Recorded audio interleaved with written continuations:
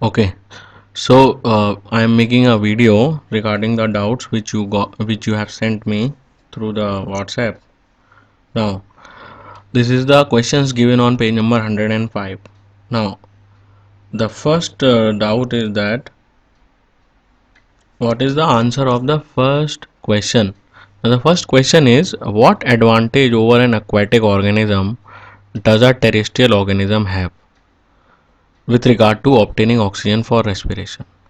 Now, as I have already told you that aquatic organisms have very less dissolved oxygen present in the water, but the terrestrial organisms have got lot of oxygen, so their breathing rates are less.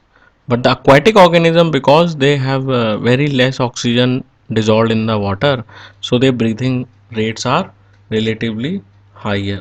So you can see this answer is given on this page, and you can see I just I will just mark the answer. You can just underline in your copies and write the answer in your means underline in your books and write it in your copies.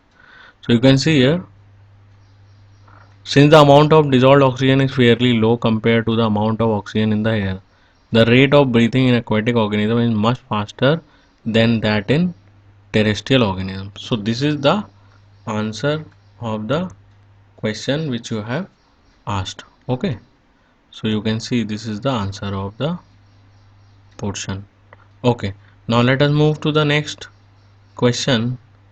Now, the students have asked me, what are the different ways in which glucose is oxidized to provide energy in various organisms? And they have asked me that what does oxidation means here. Now, oxidation means, what does oxidized means here?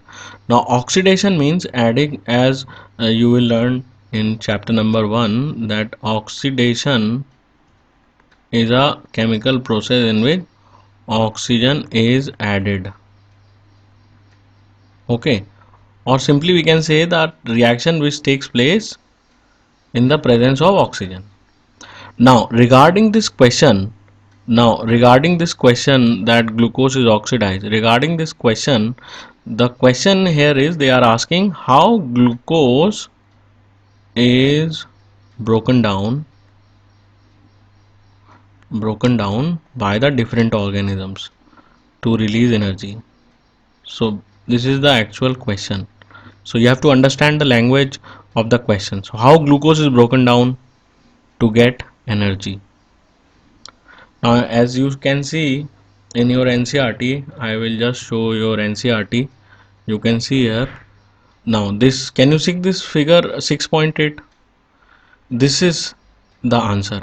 This figure is the answer. You can see here this how glucose is oxidized. So glucose here is oxidized by three ways. Okay, number one, this is anaerobic respiration. Number two is due to lack of oxygen, and number three is aerobic respiration, which is taking place in our body in the normal cells. And this lack of oxygen takes place in our body also, that is in the muscle cells during vigorous exercise. So this is the answer of the second question. Okay, so this is the answer of the second question. Now let us move to the next question, next doubt. The question number uh, 3. How is oxygen and carbon dioxide transported in human beings? So oxygen is transported by the hemoglobin which is present in the red blood cells. So if you have to write the answer, you have to just write that oxygen is transported by hemoglobin, but don't end here.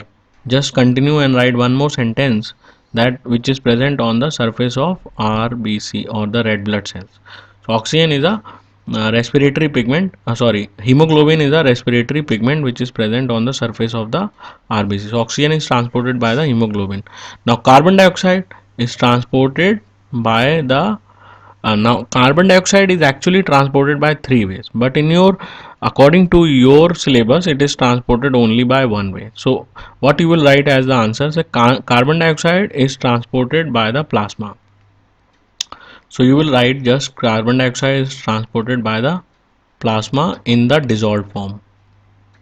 So this is the answer which you are going to write in your notebooks. Okay, and then the last question is, how are lungs designed in human beings to maximize the area for exchange of gases? So they are asking how the lungs are designed. Okay, they are not asking the chest cavity. Okay, and they are only asking about the lungs. So the answer is, the lungs contain numerous balloon shaped structures called as alveoli. So this alveoli actually increases the surface area for exchange of gases, and it is also having rich supply of blood vessels. As you can see here, I will just show your NCRT. Within the lungs, the passage divides into smaller and smaller tubes, and which finally terminate into balloon-shaped structures called as alveoli. The alveoli provide a surface where the exchange of gases. So the walls of alveoli contain an extensive network of blood vessels. Up to here, you have to write. So what they do actually, they increase the surface area for the exchange of gases, and they have rich supply of blood. Now these both the points uh, help us to maximize the area, or help us to uh, maximize the area for exchange, or help us to do exchange of gases in the lungs. Okay, now one more question is there: why muscles of stomach are thick and why they contract and relax? Now muscles are thick because they have to make the food, or they have to turn the food into a paste. So muscles of the stomach has to be strong, only then they will be able to make the food into a fine paste. So if they don't contract and relax, they will not be able to make the food into a fine paste. Now that process is not given in your book. That is called as churning process. Churning is the process by which the stomach muscles make the food into a fine paste. Okay, so that is why the stomach has got thick muscles. Okay, and the contract muscles has the property to contract and relax because they contain contractile proteins, so they contract and relax. Okay, now one more question is there: what is the difference between plasma and blood? Okay, now as we see here, the plasma and blood. Okay, so let me just write it: plasma and blood. Now blood is a fluid connective tissue. Okay, so blood is a connective tissue, and plasma is a part of the blood. So blood consists of two parts: the fluid part and the formed elements.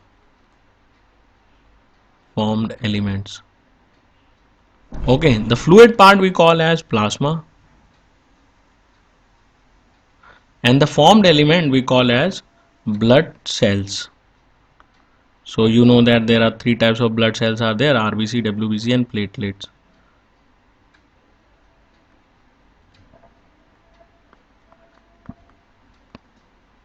Okay, so plasma is the fluid part of the blood which contain all the substances like water, minerals, all the waste substances, everything is present in the plasma. Okay, so this is the difference between blood and plasma, or this is about blood and plasma.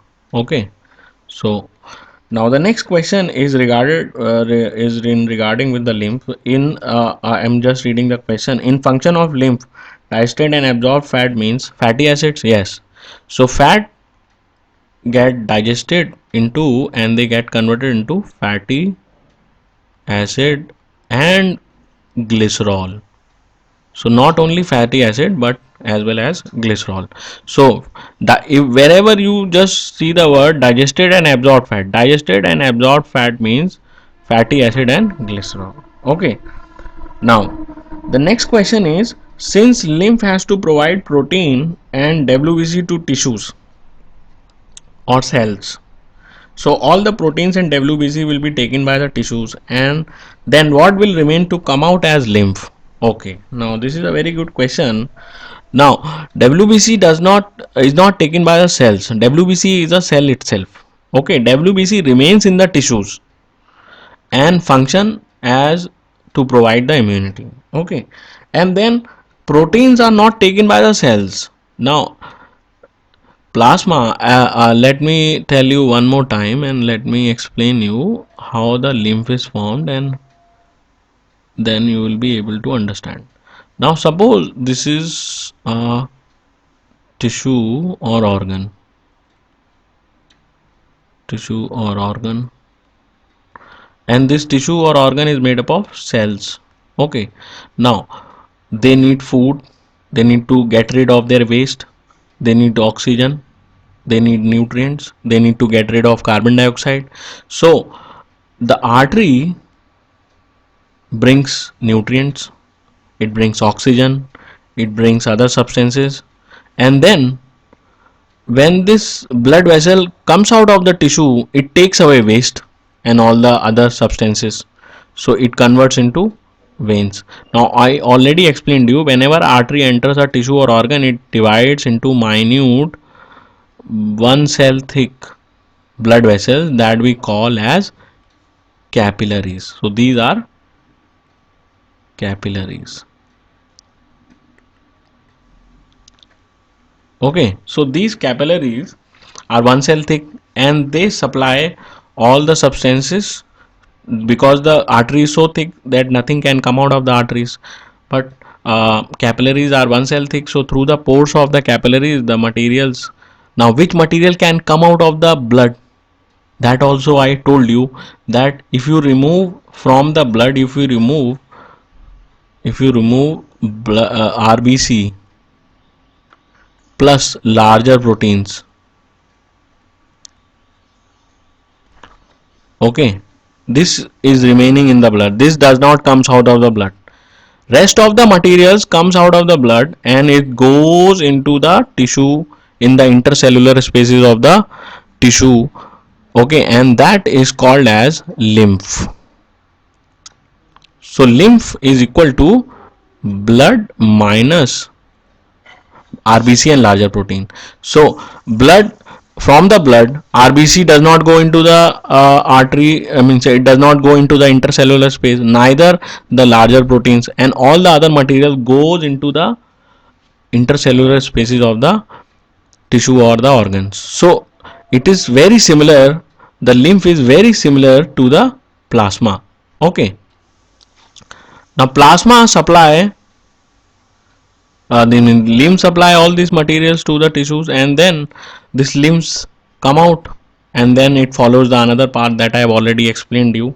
So I hope this question is clear, I mean this answer is clear to you, since lymph has to provide protein and WBC to tissues or cells.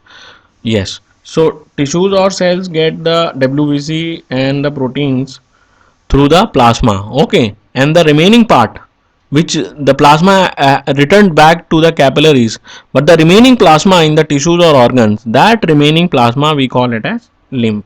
Okay, so the next part is, so all the protein and WBC will be taken by tissues, and then what will remain to come out as lymph.